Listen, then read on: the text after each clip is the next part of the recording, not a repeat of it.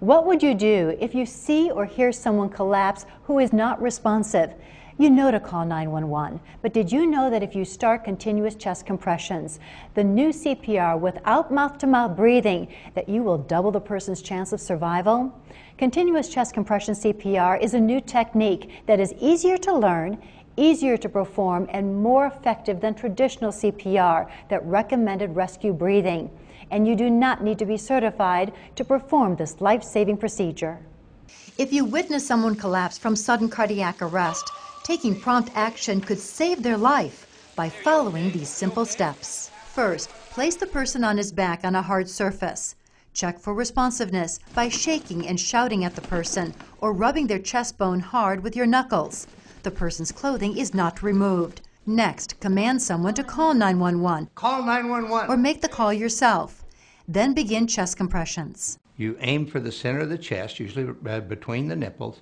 You put the heel of one hand there. You put the heel of the other hand on top of there, and you lock your elbows. And the reason for that is that no one is strong enough to do 100 compressions a minute.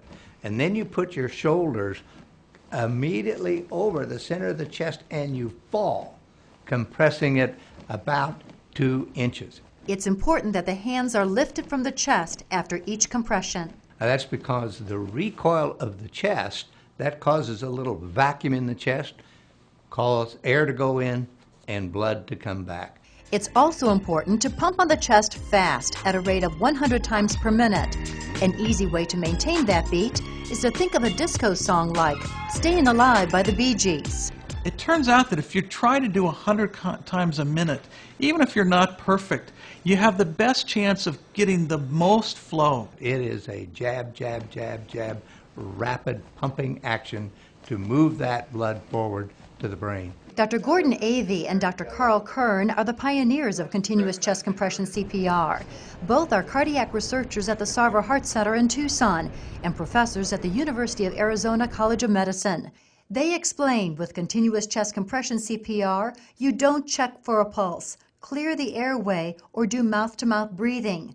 All you do is pump on the chest. In cardiac arrest, the heart is actually fibrillating and not pumping any blood forward at all.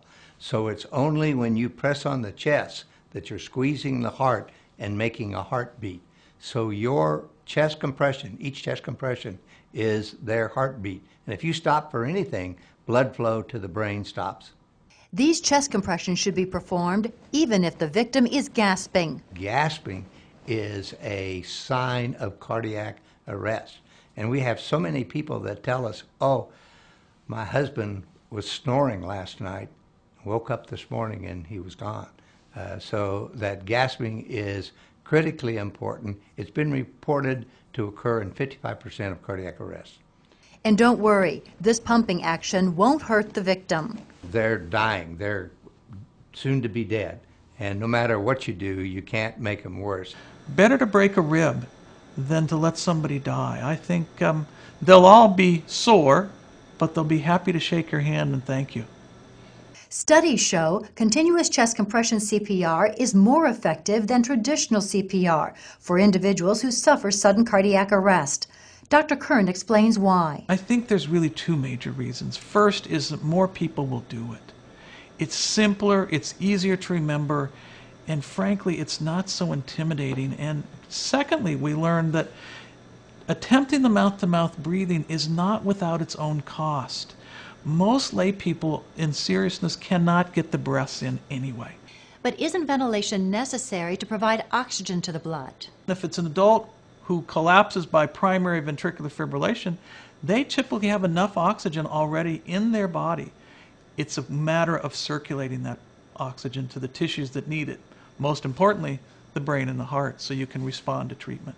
For every minute you delay CPR, the survival rate drops by nearly 10%. So if you wait 5 minutes, there's less than a 50% chance now of surviving.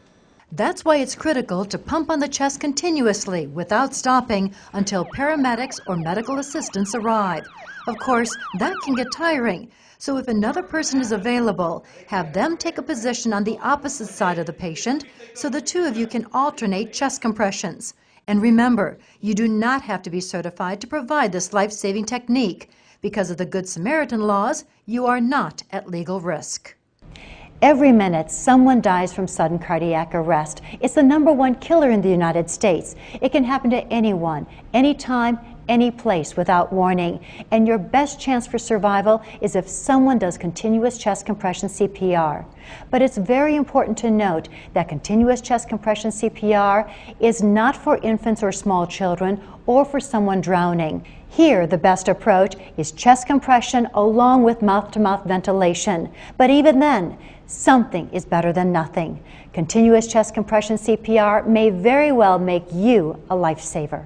For more information about continuous chest compression CPR, visit the Sarver Heart Center website at the University of Arizona or the State of Arizona SHARE website. This is Ann Peterson reporting.